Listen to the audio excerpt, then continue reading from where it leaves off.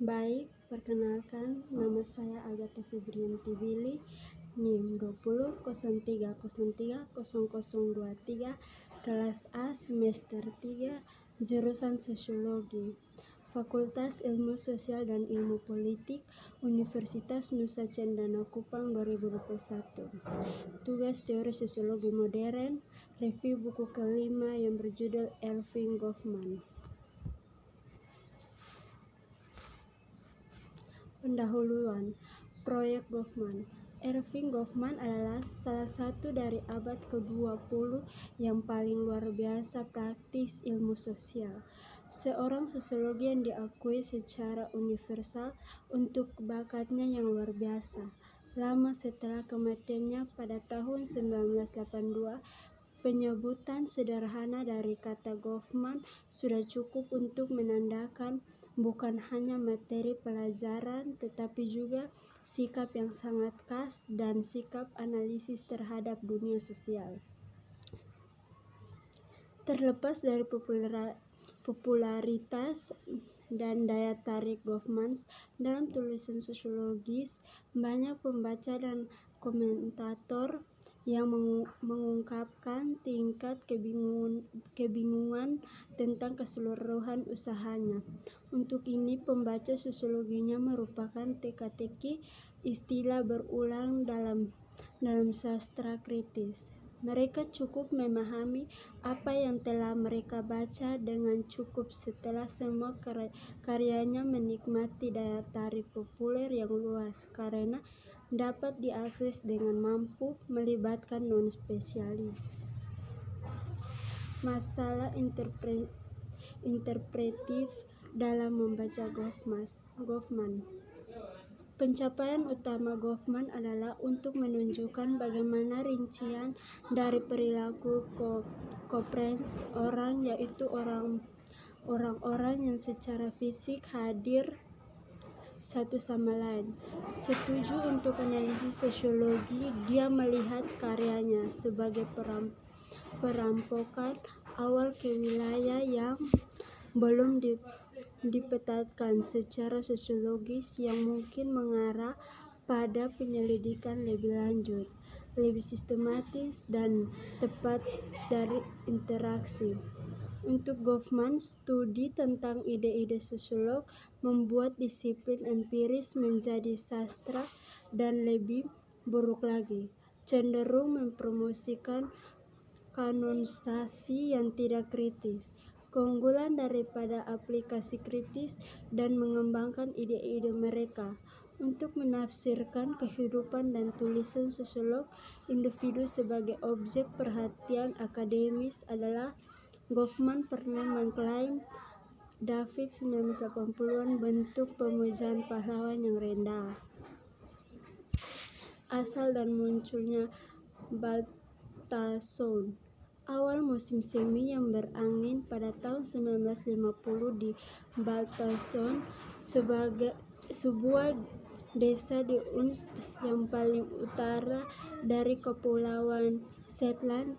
Kecil pelajar Kanada berusia 27 tahun yang kekar telah berjalan beberapa ratus meter melintas lapangan basah dari satu-satunya hotel di pulau itu, di mana dia telah membantu di dapur ke lantai 1 yang kecil, pondok yang baru saja dibelinya dari Wally Prince, seorang crofter lokal.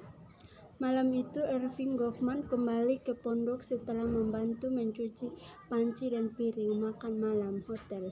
Dia mengetik beberapa catatan tentang gosip dapur malam. Kemudian dia duduk untuk membaca beberapa bab misteri pembunuhan baru yang dikirim adiknya minggu lalu. Besok dia akan memberikan lebih banyak pemikiran tentang apa sebenarnya yang akan dia masukkan ke dalam PhD, disertai bahwa ia telah datang ke Baltown untuk penelitian. Ketertiban interaksi. Keterkaitan antara ruang dengan interaksi ruang kaitannya erat karena mereka saling membutuhkan satu sama lain. Contohnya, tidak ada pembeli jika tidak ada penjual, karena penjual dan penjual dan pembeli berada pada satu ruang. Mereka kaitnya erat dan saling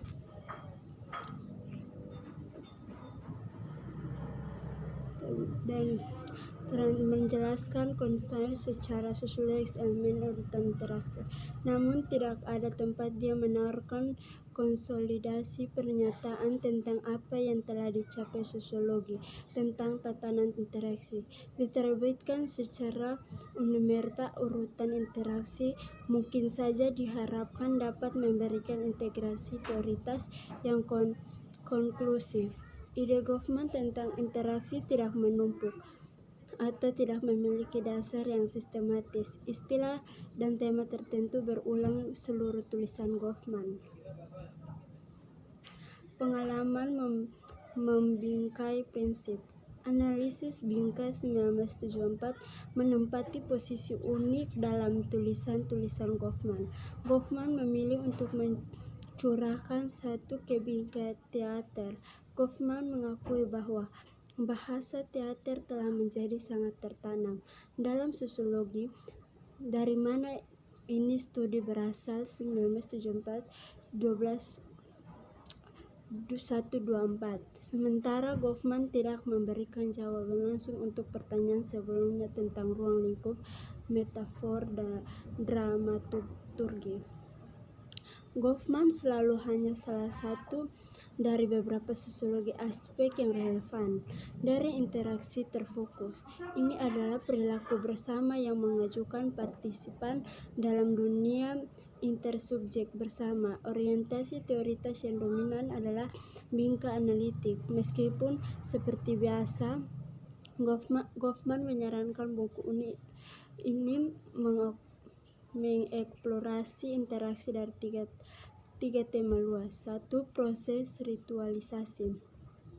Momen yang menampilkan dan suara vokal kita jadikan sebagai produk sampingan yang tidak disengaja dari berbicara dan mendengarkan yang dalam berbagai derajat memperoleh peran komunikatif khusus dalam urus perilaku kita. Dilihat dari disediakan sehubungan dengan menampilkan keselarasan kami dengan peristiwa terkini. 2. Kerangka partisipasi. Ketika sebuah kata diucapkan, semua orang yang kebetulan berada dalam jangkauan persepsi acara akan memiliki semacam status partisipasi relatif terhadapnya. 3. Menanamkan kapasitas pembicaraan kita untuk menjadi kompleks lain atau referensi diri. Seperti dalam contoh, seingat saya pikir saya katakan yang pernah menjalani kehidupan seperti itu. Suka belajar dari yang luar biasa.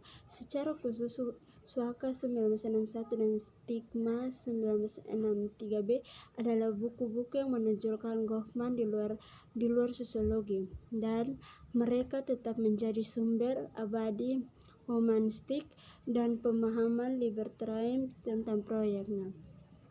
Suaka studi Goffman tentang pasien mental dan narapidana lainnya adalah mungkin bukunya yang paling terkenal bagi kalayaknya di luar sosiologi akademis. Karya yang dikutip secara luas dan didasarkan pada etnografi 12 bulan kerja lapangan yang dilakukan antara tahun 1955 sampai 1956 di Rumah Sakit St. Elizabeth di Washington DC. Suaka adalah karya Goffman yang paling banyak dikutip di bidang akademik dan profesional literatur. Pembacanya yang luas berutang sesuatu pada cara analisisnya, berfungsi sebagai analog etnografi dari novel terkenal Ken Kesey, One Flew Over the luar biasa untuk sebuah buku yang tidak menyajikan rekomendasi praktis untuk perubahan. Mengakui bahwa dia tidak dapat menyarankan cara penanganan yang lebih baik orang yang disebut pasien mental itu berdampak besar pada kebijakan publik. Sementara gagasan Goffman tentang stigma dan perbedaan gender tergolong berbeda fase produksi intelektual. Mereka masing-masing mencontohkan terapan sisi sosiologinya tentang tata interaksi, menjelajahi dasar-dasarnya mana orang dapat menemukan partisipasi mereka dalam interaksi bermasalah. Ini studi perintis mayoritas manifestasi interaksional dari bentuk-bentuk keterbelakangan sosial. Stigma tentang pengolahan identitas rusak telah akarnya dalam makalah Goffman tentang karir moral pasien mental, yang mengidentifikasi fase mantan pasien tetapi tidak memeriksanya. Saat itu dia sedang menulis makalah ini. Jelas bahwa dia ingin menghubungkan kesulitan mantan pasien dengan kategori orang lain yang dihadapi masalah yang sebanding, orang cacat dan cacat fisik, orang tuli dan orang buta, mantan narapidana, pecandu alkohol, pecandu anggota, dan etnis minoritas dan sebagainya. Perbedaan gender.